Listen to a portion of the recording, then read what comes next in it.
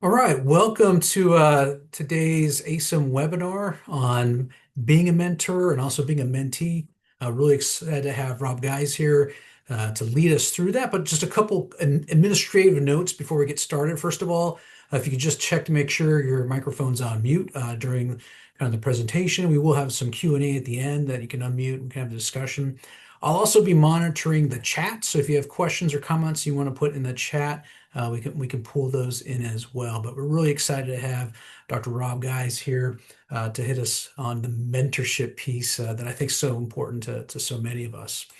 Um, Also important to many of us is the certification piece. So just want to remind folks, especially if you're not familiar with ASEM, it does have opportunities to get the certifications, both as the associate engineering manager and the professional engineering manager, as well as Six Sigma training. Um, And then, coming into today's webinar, I'm really excited to have Rob here because he brings a wealth of experience from his time working down in kind of the Tidewater area and naval shipbuilding and kind of that shipyard stuff. So he's had a great experience. He was our engineering manager of the year when we had the conference down in Virginia Beach last year and gave a great presentation. And through that, I connected with Rob and wanted to bring him on board for a webinar to really kind of share with us as engineer managers, no matter where we are in our career, pieces of mentorship.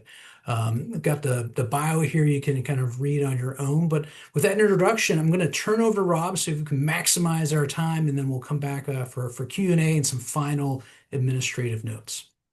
So let me stop, pause my share here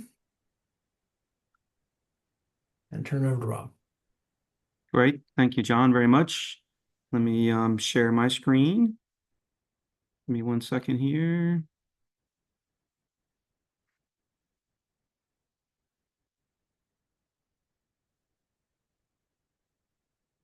Okie dokie. Can everybody see my screen and hear me okay? Uh-oh. Yes. Okay. Y'all can hear me okay? Yes. Okay, great. So good afternoon, or maybe it may be good morning for you.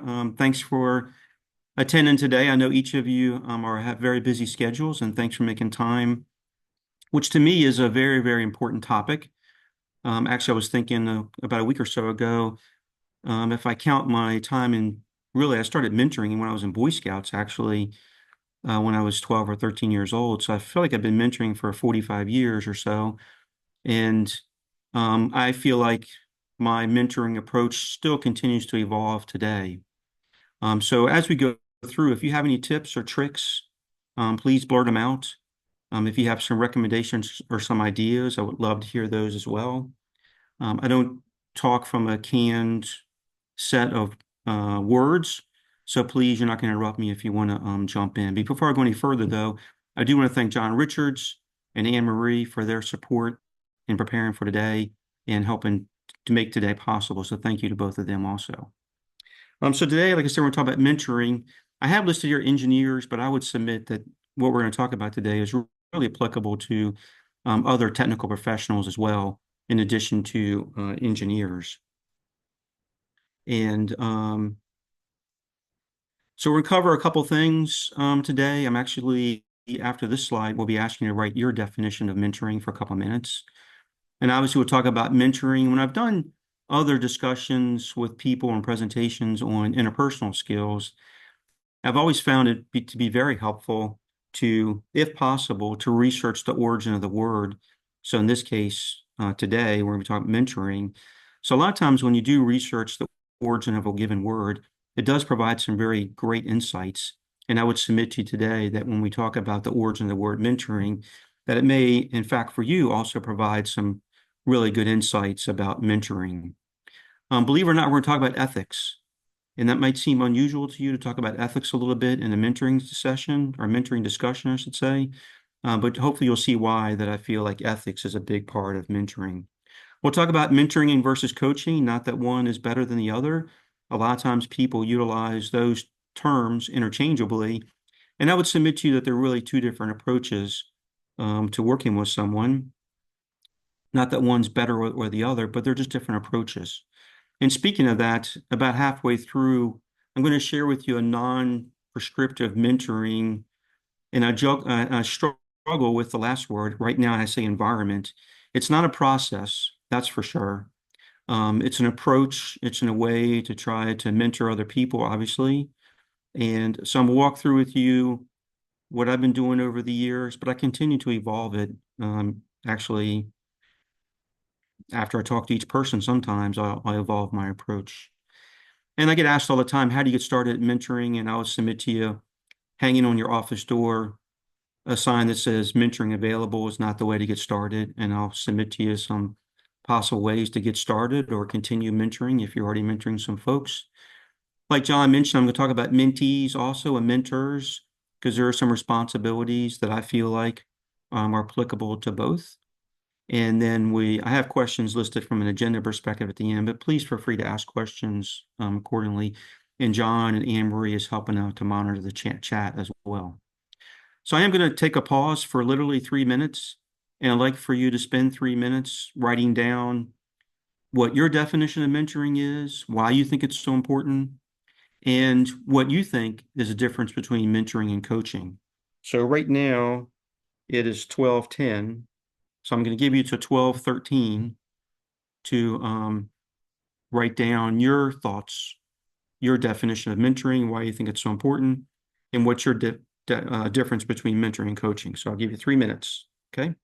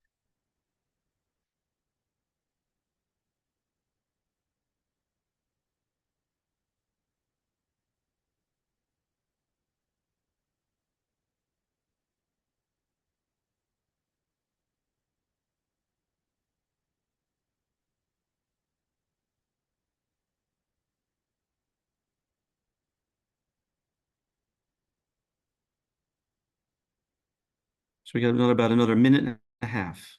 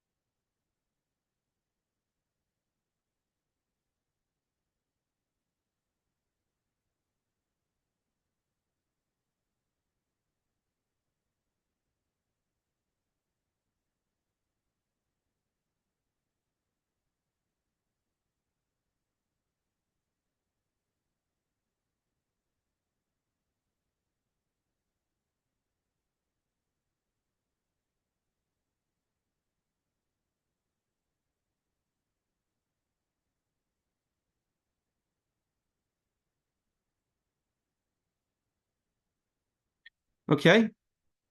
Anybody willing to share their definition of mentoring? Anybody? Sure. Okay. So my definition of mentoring is providing the continual service of knowledge. In other words, teaching by example and providing guidance where needed. Wow. Okay. That's a great definition. Anybody else want to share their definition of mentoring?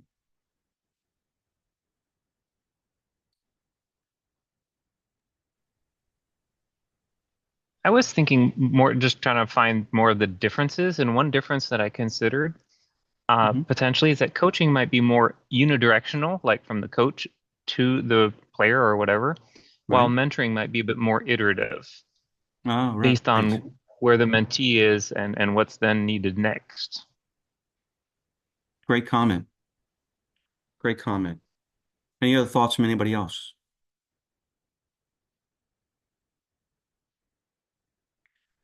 Well, I won't profess to have the corner on the market, that's for sure, in terms of definitions. You can see the definition that I have up here in the upper right-hand corner. I still adjust this definition. If you've ever written a thesis or dissertation and your project statement continues to change, I know mine did up to almost 2 months or so before my dissertation defense. My definition of mentoring continues to evolve as I do this more and more, and I'll actually get into some of those details a little bit later as well. I view mentoring as an important responsibility. Matter of fact, in my humble opinion, as engineering managers, professional development, mentoring, caring for the folks that you're working with, I feel are really the most important things that we do. It's understood that maintaining good technical discipline is paramount, but I see far too often folks who have great technical capabilities and abilities, but they're in situations where they're not being mentored, or as an engineering manager, their manager may not necessarily have the strongest caring attitude, and that really does change the trajectory of that person and their career path going forward, which is one of the many reasons why I'm so passionate about mentoring. So many times I've asked people, as a matter of fact, I even mentioned it at the banquet that John mentioned earlier. A lot of times folks, when I ask them what's mentoring, a lot of times they'll give the answer of saying, well, I have an open door policy. And I've seen that in all the different areas that I've mentored, professional societies, other work environments, and the like. And a lot of times folks, and I'm not being critical, just being forthcoming with respect to mentoring, and when folks say they have an open door policy, many times those open door policies will be met with barriers, or the person isn't overly welcoming, or the big one, they're always never available. Or they'll listen to a person and then just try to move them along, or there'll be some sort of strings attached. Anyway, all those different kind of approaches to mentoring that sometimes engineering managers take, sometimes because we're overworked, we have too many things going on, too many things to do. But I would submit to you, making time out to talk to folks who need help is so paramount. And just a few days ago, I had a super busy schedule, and one of the folks I mentored really expressed to me that he really needed to talk to me, and I just moved some meetings out of the way to make time for him within a matter of a few hours, only because I think being available is so paramount to being a mentor.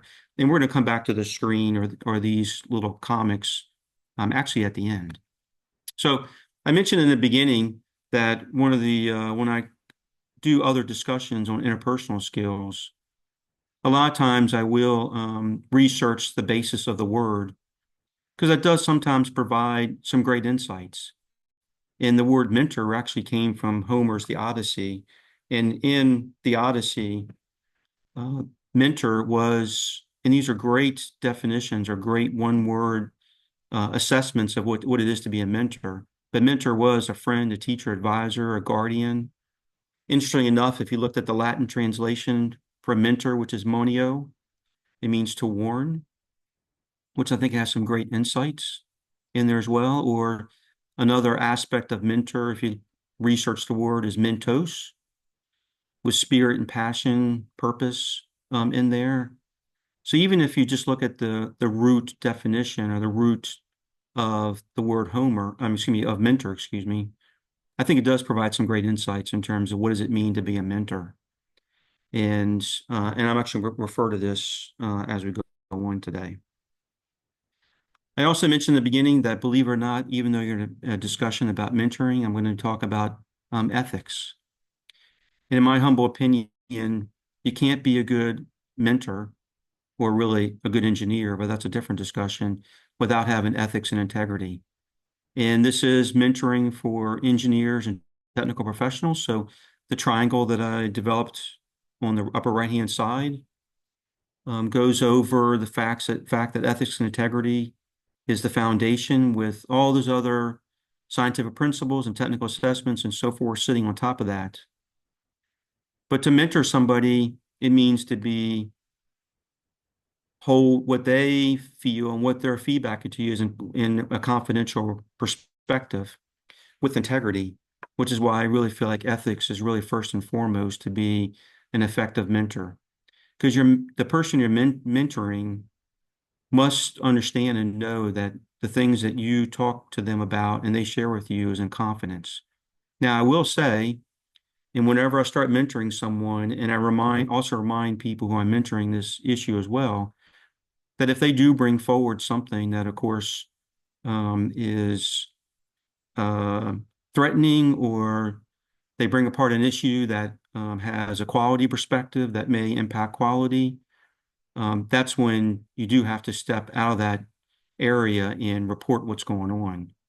You can't, if someone's being harassed, even though our discussions are confidential, you need to report that, and you need to push that along and make sure that person reports it themselves, or you work with them to report it. But outside of that, whenever I'm mentoring folks, it's just between me and that person. If that person wants to share information or share what we're talking about, that it's up to them. But I never share the details that I talk about with each individual person, because between the two of us, because I feel like you're trying to create that culture, that safe environment. If you create that safe culture and environment, you're going to gain trust with that mentee. That based on ethics and integrity, you'll then have open and honest communications. And it's only until you get to open and honest communications where you can really effectively mentor someone. If you can't get to open and honest communications, then you're really just having a discussion that may be on the surface nice, but is really superficial and is not going to change or alter the trajectory of that individual or help them get to where they want to go. So to me, it all starts with ethics, and I can't emphasize enough creating that safe environment, that safe culture, to really get down to the thoughts and opinions of that person. But again, like I said, and I'm talking about this with every person I mentor, that if they do bring forward something that is quality related issue, or they're being harassed, you're obligated to work with them and say something to get the needed help that's required accordingly.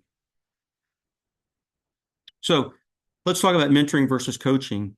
And in the beginning, I really liked the definition that, and I apologize, I missed who said it, mentioned about mentoring and coaching. And a lot of times people utilize the terms interchangeably. I do see them differently. And the person who mentioned in the very beginning, I think they see it kind of differently as well. But usually coaching is kind of a one-off thing, kind of a short term. Hey, let me help you with a specific task. Let me help you accomplish a specific objective. Let me provide to you what I call a GOBI, which is a process to maybe complete some sort of technical assessment, and you kind of coach the person through it with a defined, really short-term objective to help them get past this specific issue. Whereas mentoring really is meant to be more of a long-term relationship. There's some people that I mentor that I've been mentoring for over 30 years, and still to this day, we meet every other week. Sometimes it changes based on our respective schedules, but we're on each other's calendar for every other week, and sometimes you have to adjust accordingly, obviously. But the point is, it's really meant to be an ongoing thing. It's meant to be informal. Please don't get some of the next couple slides. I've got some things process, or I shouldn't say process, but approaches written down. That's just only try to communicate my thoughts with respect to mentoring. It's not to indicate that usually my approach for mentoring is very conversational and more informal in nature. And so those are the differences that I kind of see between coaching and mentoring. And I really should say, sometimes if you're really into mentoring a given person, sometimes you'll slide over to coaching if they bring up a specific issue, and sometimes you go back to mentoring. I also cover in a couple slides here that as a mentor, you're not expected to know everything. That's for sure. I don't even come close. So, however, I do have a pretty extensive network of professional folks across a number of areas. So if the person I'm mentoring brings up a topic that I'm unfamiliar with or feel like someone else could better cover it, then I will be a conduit to that other area and get that person talking to on that specific area or something else. So the point is, it's okay to go between mentoring and coaching. I really think the big takeaway on the slide or this topic is just realize that there is a difference between mentoring and coaching because it does adjust your perspective. It does adjust your approach accordingly. So this is the slide that I mentioned to you that even though I kind of put it on one slide, so it kind of makes it look like a process, it's not meant to be a process. And I put non-prescriptive mentoring. The fourth word there of environment, I've changed it to approach, environment, culture. I've tried a number of different words and I'm still struggling with what's the best way to call this. But without continuing to go in that rabbit hole for a minute, I would submit to you that in general, because I do vary my mentoring approach to each individual person, but in general, this is the pseudo approach that I prescribe to when I'm mentoring someone. And to me, it's kind of in three big buckets. It's all about developing that relationship in the beginning, identifying the opportunities or the area of interest, and then trying to create a path ahead accordingly. So that first piece on developing the relationship, it really is about the mentor getting to know the mentee and the mentee getting to know the mentor. In my humble opinion, it can't be one-sided. If the mentee is just telling you about themselves and where they want to go, and I have found that's not as effective as if you, as a mentor, also say, hey, well, this is how my career went. These are some things about me. These are some things that I struggle with, that I'm dealing with. And it just, if nothing else, shares with the mentee that you are also working through a process as well, or through an approach. And I found that to be very, very beneficial. Now, the third part of developing a relationship that I mentioned there is determine the mentee's goals. And that has nothing to do with trying to say we're working and when we get to this point, we're going to stop. It's just to try to understand every mentee comes to a mentor with some ideas in mind. And it's just important to try to understand what they're looking for so you can structure your mentoring approach to that specific person. And I'll go over some details on how to do that in just a few minutes. Kind of the next big chunk is once you understand what the goals are, well, then you can start narrowing down to what are the opportunities to talk about whatever their topics are. And I'll cover more detail in a few minutes what this means. But at a high level, it's to determine what the topics are, obviously to discuss them, but along with discussing them, it's also trying to identify their areas of interest or concern, maybe some areas or interests that they don't have a concern about.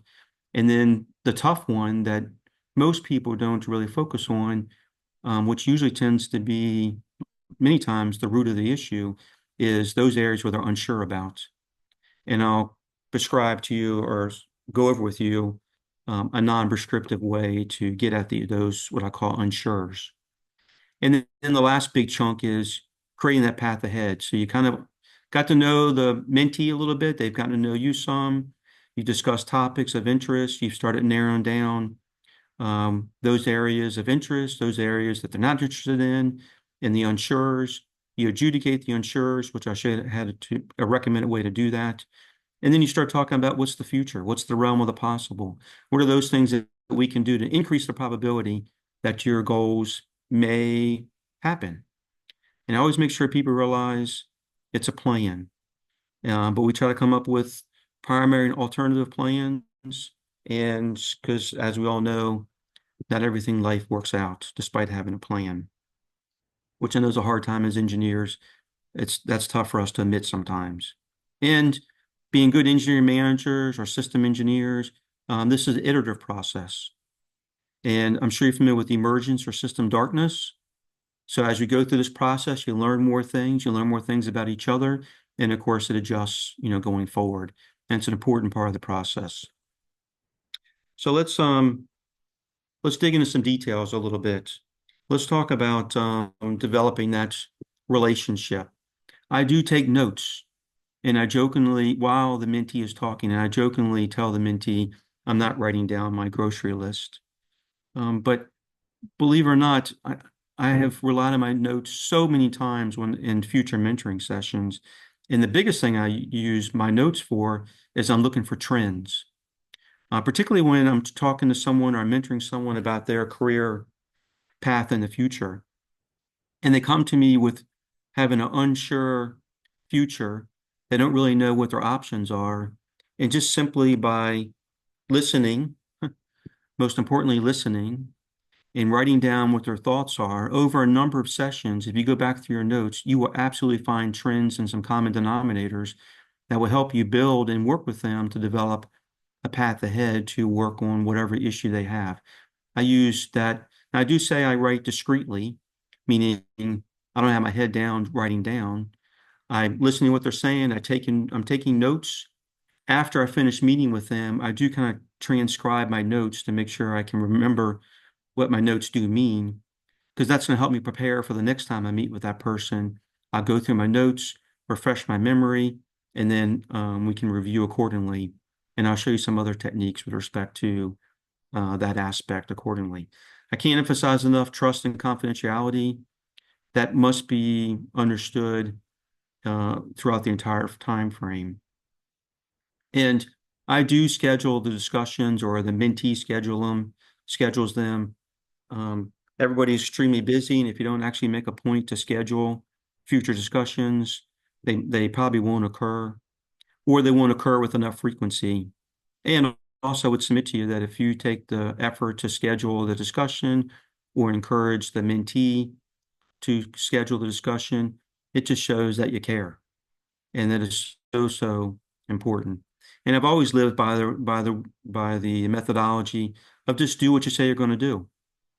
So if you tell the mentee, hey, I'm going to research this for you, or I'm going to talk to this person because they know more than I do about a given topic, just do what you say you're going to do. And that's going to show commitment and that you care, and that mentee will work with you even more to support their career and professional development. I mentioned earlier when I had the slide up that it showed that those 9 areas, there's 3 big chunks of mentoring. And in there, I mentioned about what is the mentee, is looking for. Again, it's not about trying to say when you're done. That's not why I'm asking for that. It's really so you can shape and scope what that mentee is looking for. And of course, if you talk through everything that they were interested in and you're kind of quote unquote done, well, then you can finish. So there's many people that I've mentored, and after a given time frame, we're kind of done. And then I just tell them, hey, if you have issues in the future, come on back. If you're great, then that's great. And I've had many times people come back to me a year, 4 or 5 years later, or they don't come back at all because they're good. And this is all about trying to get people so they can, what I call, fly their own kite and get to their own path accordingly. But again, it's not prescriptive.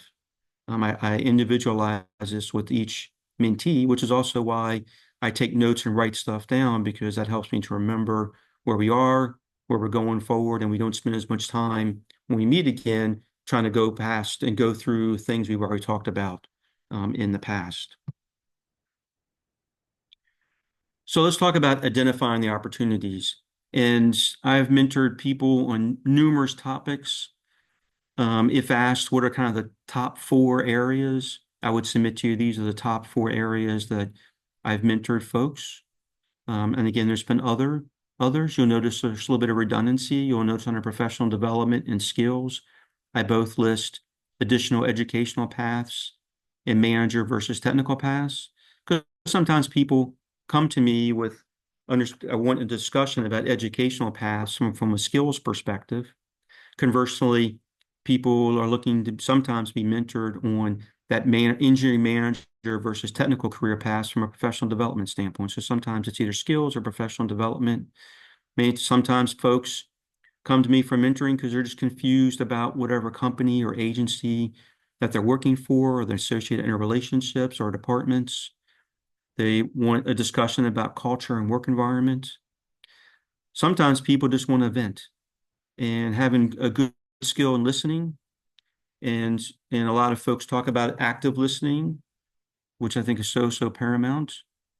Please, if you're listening, don't answer the phone. If someone knocks on the door or comes into your office and you're talking to someone, I would submit to you to respectfully not answer that phone.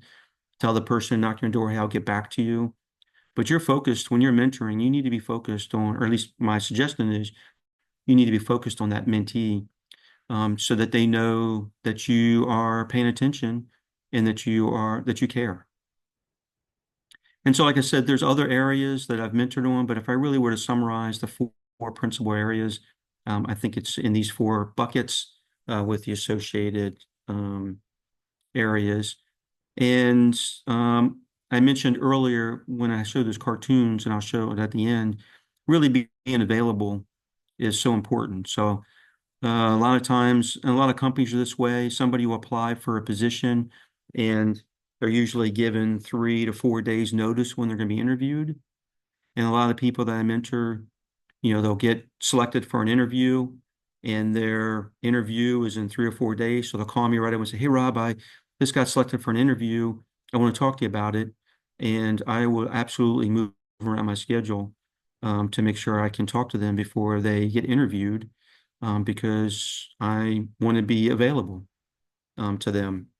And there's, of course, several other examples. I think the big takeaway is just being available and being a sounding board accordingly in terms of identifying the opportunities.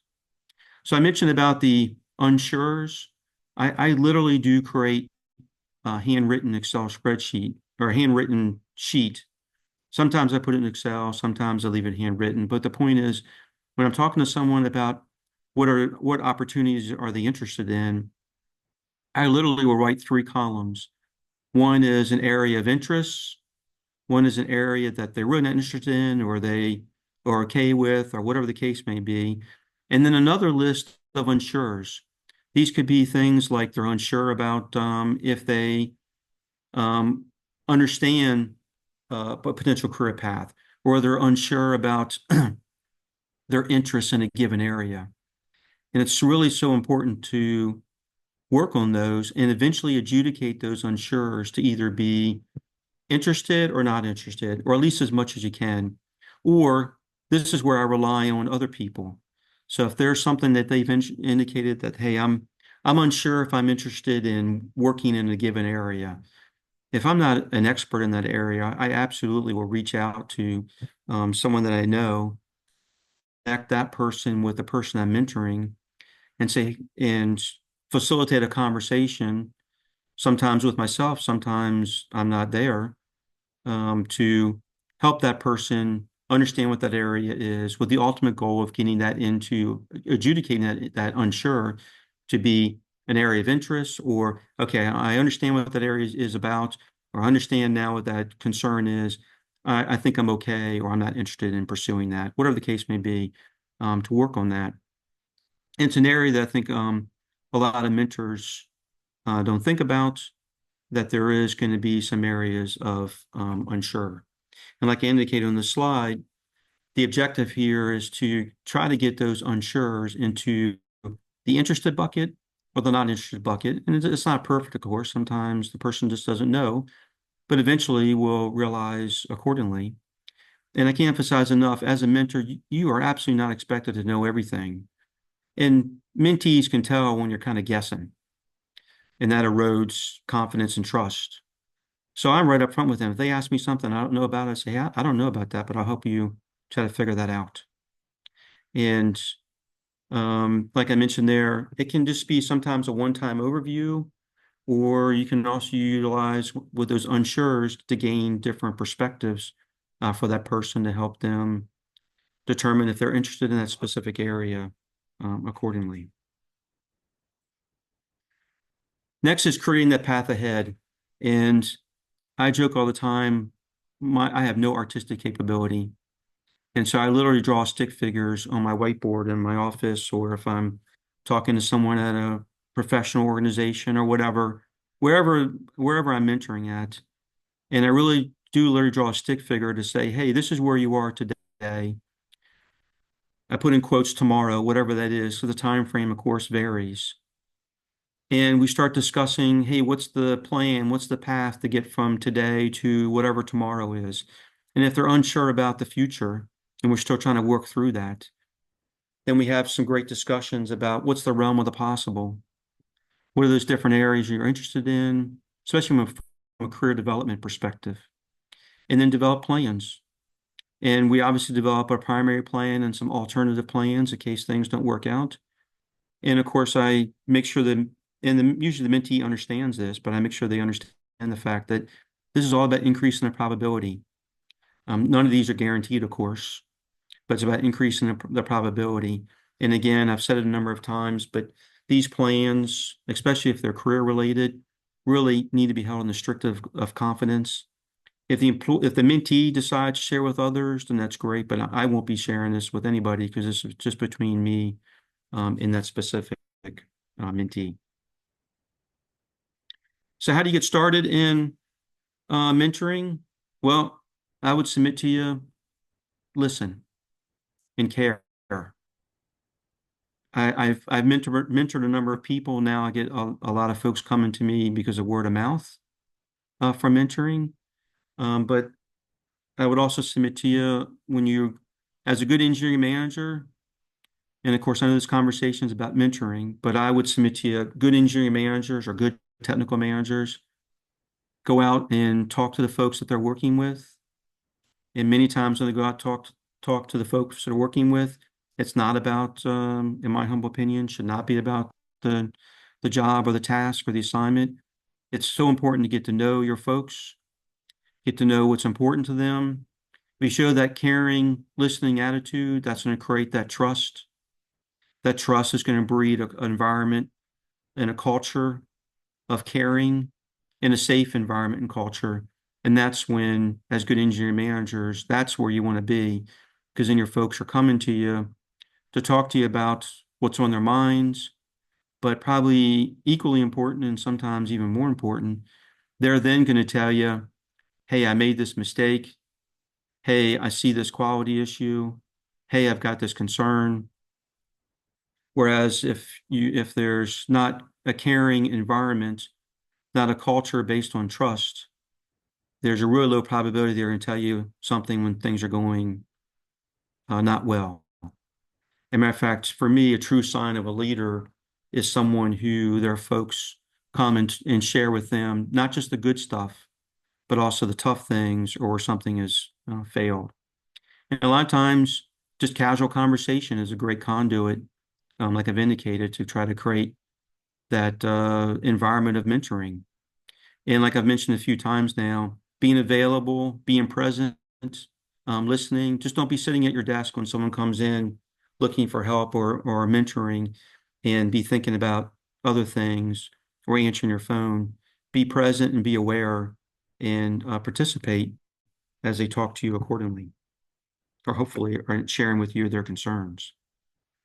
Now from a mentoring, if you're a mentor, and I've said this a bunch of times, I won't keep repeating it, but being available in a timely manner is so important. From a scheduling perspective, it's great if you can get the mentee to schedule. Usually in the beginning, when you start mentoring someone, you really need to be mentoring that person on a weekly or every other week basis. If you start going into just once a month, you're not going to get to the root of the issues anytime soon. So that increased frequency, sometimes it does make more sense for the mentor to schedule, because more likely the mentor will have a little bit more packed schedule than the mentee. But that's a shared responsibility with eventually probably the mentee taking over scheduling. I also use that sometimes as a methodology to see if the person feels like we're kind of done with all the issues they had. When I do set up meetings, the bottom left-hand corner, I put in when I'm sending an announcement, because I'm so focused on confidentiality. In the subject line, I just put various. I don't put professional development. I don't put other words, and then I put various. I also will put in there, hey, we met on this day and we decided to meet in a couple weeks to discuss different things. This is where my notes comes really into play. And in there, I will also say, hey, at our next meeting, I said I was going to be doing these couple things, and you said you were going to be doing these couple things. It keeps it in front of us of what our respective homework assignments were or are. And again, shows that mentee you care because you listened, you wrote down notes, you translated that to a meeting announcement and said, these are the things that we're covering. You sent the email out, kind of a generic form. So if somebody else is looking at your calendar, they just see, hey, you're meeting with so-and-so and they can't tell from the subject line what the topic is. And so you have to maintain that confidentiality. That's how I approach from a setting up a meeting from a mentoring perspective. Again, I can't emphasize enough the ethical principles and the confidentiality and the importance of listening. Most mentees are looking for you to listen more than talk. I will only, other than in the initial sessions of getting to know each other, I will only share personal stories with respect to work issues or professional issues or whatever, if I think it's going to help facilitate that specific person.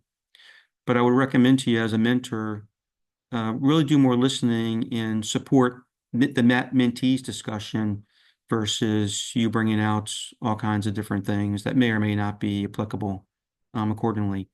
Body positioning to me is so important. Whenever I'm mentoring someone, I usually will bring my chair around from the other side of the desk. I have a table in my office, or if I'm meeting at some other professional area, but I try to sit kind of next to the person, but not across from the table. Because a lot of times when you sit across from the table with somebody, that does sometimes give a non-verbal clue to someone that there is some sort of positional difference between the two of you. So I try to not have that.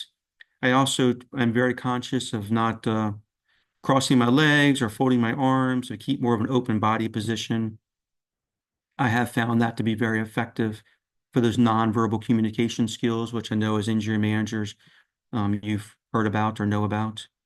Of course, I'm an engineer like you, had to come up with some equation for mentoring. So I came up with the equation at the bottom. It's really just kind of a mnemonic to try to remember being available, have a robust mentoring methodology, make it continual and make it confidential when you're mentoring folks.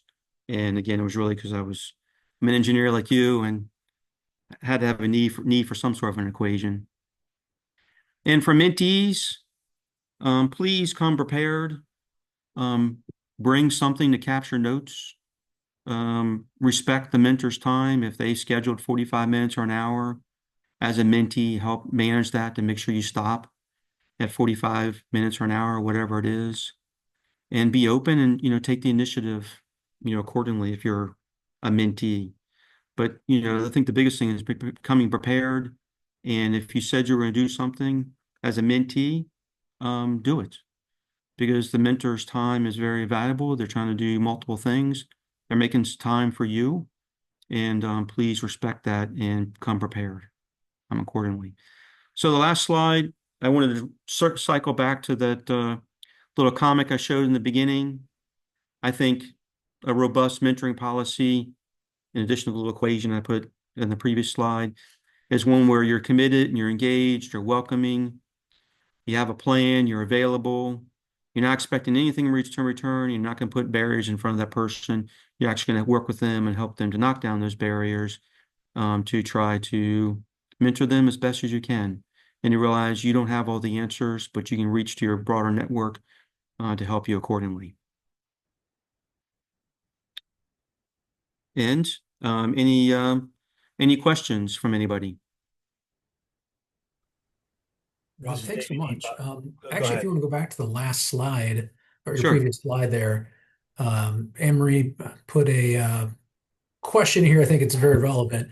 Because these cartoons, a lot of them are kind of focused on either being busy, mentors being busy, not available. How do you, as an experienced mentor, make time for mentoring? And then as the mentee, how do you get buy-in from those above you? Right. I sometimes definitely struggle with my time, but And this is really my methodology. I'm able to move meetings, as many meetings I've set up, so I can move them to make time available, accordingly. If I didn't set up a meeting and I'm reporting to whomever, then I'll schedule a meeting around them, which sometimes can be inclusive of, after hours, if the person is willing to do that, or if I'm just in a pickle that week and I really can't move anything, then I'll suggest a time that's outside of normal working hours. In terms of getting buy-in, um, I just feel like this is such an important thing to do, and companies over time, and actually agencies too, have varying opinions of mentoring, and they put varying emphasis of mentoring over a given time frame. I just continue doing it, irrespective of what's going on professionally.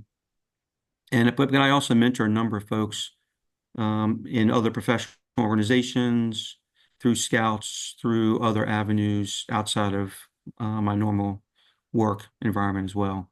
So it's not the best answer, but I make time for it, move things around, move my schedule as much as I can, particularly when those things that are really emergent for that given person. And then from the flip side, as a mentee, how do you kind of go about kind of getting that buy-in, or are you asking the mentor to carve that time out? Any Right, tips for right. that? As a mentee, I really emphasize to folks, if they're getting mentored, hey, stick to the time frame. If your mentor said I can meet from 8:10 to 8:50, be prompt at 8:10 and wrap things up at 8:50. Take those notes accordingly. But I do think there's a responsibility for the mentor to take notes, like I've said, and help orchestrate. Because I can't tell you the number of times my notes have really helped provide insights. Because over a number of weeks, that person, their perspective will change, and I'll capture that in my notes and hopefully their notes as well, which will provide terrific insights to kind of what their issues are and what their path ahead is accordingly. Great. I see David, you had a comment you wanted to jump in on? Yeah, John, thank you. Rob, great presentation. I think it's really on point. And Thank you. I was thinking about some, I guess, like synonyms that encapsulate, or, synonyms of mentoring. And it's guidance, is the sharing of information. But really, what it boils down to for me is the passing on of knowledge. Yeah. And I mean, how many times in my career that I think, man, if I had known that 5 or 10 or 20 years ago, um, and uh, one thing that I think you missed though That's is that. if you have a long-term relationship with a mentee or with a mentor, Mhm. there's inevitably going to be a situation where the mentee didn't follow, let's say, the mentee has taken the data points from the mentor as guidance, and they had to make a decision whether they use it or not, right? Right. And there's going to be a situation where they're not going to follow the guidance Mhm. and it's not going to work out. And and I've had this happen myself where it's, younger relatives, younger colleagues, where it's like, you didn't listen to me. But the point is that you can't take it personal. It's like, right? Right. Absolutely. Good comment, David. Yeah, you can't take it personally for sure. I try to let it be like water off a duck. And in terms of mentoring, I tell people all the time, um, my whatever you define as success for me has a lot to do with the mentors that I had earlier in my career. And that's one of the reasons why I'm so passionate about mentoring, because I definitely still to this day recognize the folks who mentored me and I'm appreciative of that. And that's my way. I agree with you, David, of kind of passing on that knowledge is so paramount. Amen to that. And Rob, yeah, you beat me to the punch on that. And that, I think I said this in the comments at the beginning, that it's a call to responsibility or an obligation, that when you're, climbing the ladder yourself, that you're putting one hand down to let the next guy up. And Yeah. that should be an inherent quality of companies and society to, pass all that knowledge, and we're going to increase the efficiency of our profession, of a specific company. And Mhm. and I guess, to make it selfish, uh, I want to know that I have a legacy and that my hard work is going to, help. Now, there's a caveat there, though, because all the lessons we've learned and we're trying to pass on, we have to also think about the future. So if the easy one is AI, right? It's like, well, and this is where to me, the essence of engineering comes in that we're taking what we learned before, but we're trying to solve new problems. Right. That's true. I love the visual you said, David, about that ladder and extending your hand down. That's a great visual for mentoring. So thank you for that comment too. Great. Other questions or comments? Again, feel free to come off mute or put it in the chat.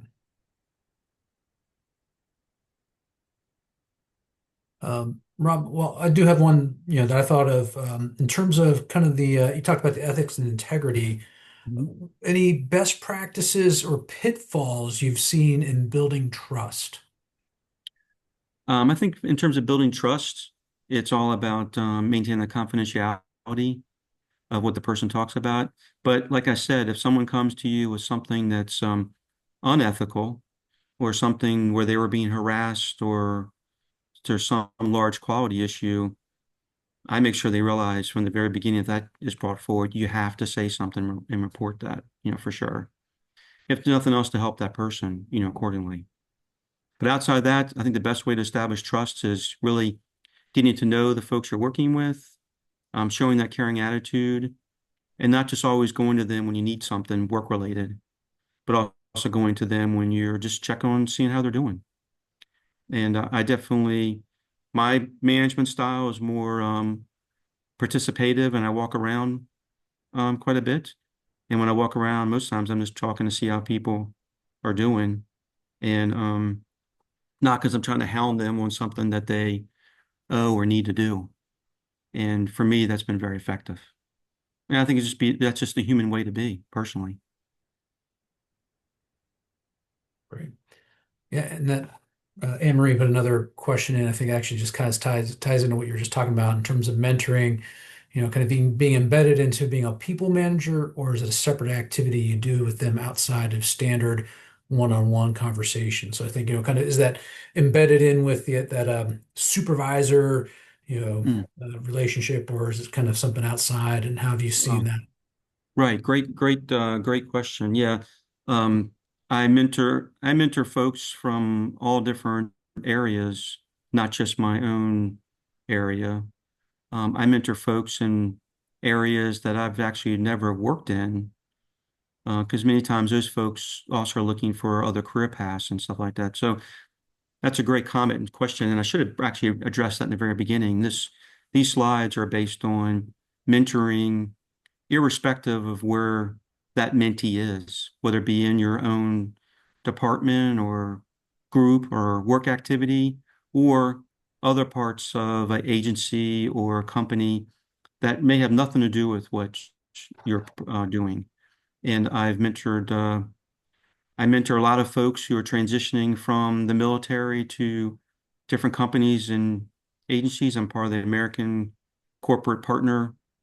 It's a nonprofit that supports military folks separating from the military, obviously, and they're from all walks of life. And I utilize the same approach for them as well. So it's not just folks that I directly work with. It's a great comment/question. Great. All right. I think that's all we have time for questions. The last thing, Rob, is would you be willing to put your email in the chat there for folks to follow up with you Sure, with further absolutely. questions? And while Um, Rob is doing that, if you could also stop sharing your screen, I'll come up with just will the do. last bit of admin here. Thank you. Okay. Well, again, that was awesome. That was excellent, and really hopefully highlights the benefit of the webinars, the upcoming events that we've been doing. The first one I want to kind of hit on the webinar. So as a member, you get access to all webinars that we've got archived. And I really wanted, because this ties in really well with the last one we had previously with Sean talking about effective one-on-one discussions. So kind of that supervisor relationship. So you kind of tie these two together. I think gives you a great kind of basis for how to have these types of discussions and both the whys and the hows of the mentorship and the one-on-one discussion. So really, if you're not an ASEM member, really recommend you becoming a member, getting access to these webinars that you can go back and watch. Also want to highlight the International Annual Conference, the IAC, a great opportunity for coming together as a society, being able to have these type of discussions, presentations, both on the research side and practical applications, but also the networking. And that's what I've highlighted here on the slide. And these opportunities to have discussions on mentorship, on one-on-one discussions, to get to know the people that are kind of acting in these areas as leaders, as managers, and be able to build those relationships. I know it's been important to me and others that already put stuff in the chat of how that mentorship is such a big part of our careers and where we've come along. So really recommend, if you haven't registered already, try to get to Boise, Idaho next month. And finally, Anne-Marie wouldn't let me finish up a webinar without making sure to put our social media connections up there. So please continue to link, to follow us to Facebook, YouTube, all these different areas that we can link up. So again, thank you so much, Rob. Thank you so much for your insights. I really appreciate it. Anne-Marie, Thank thanks you. for leading the charge and getting this set up while Angie's out. And thank all of you for your participation, for joining us today. And I look forward to seeing you soon again. Thank you so much. Thank you. Have a good day.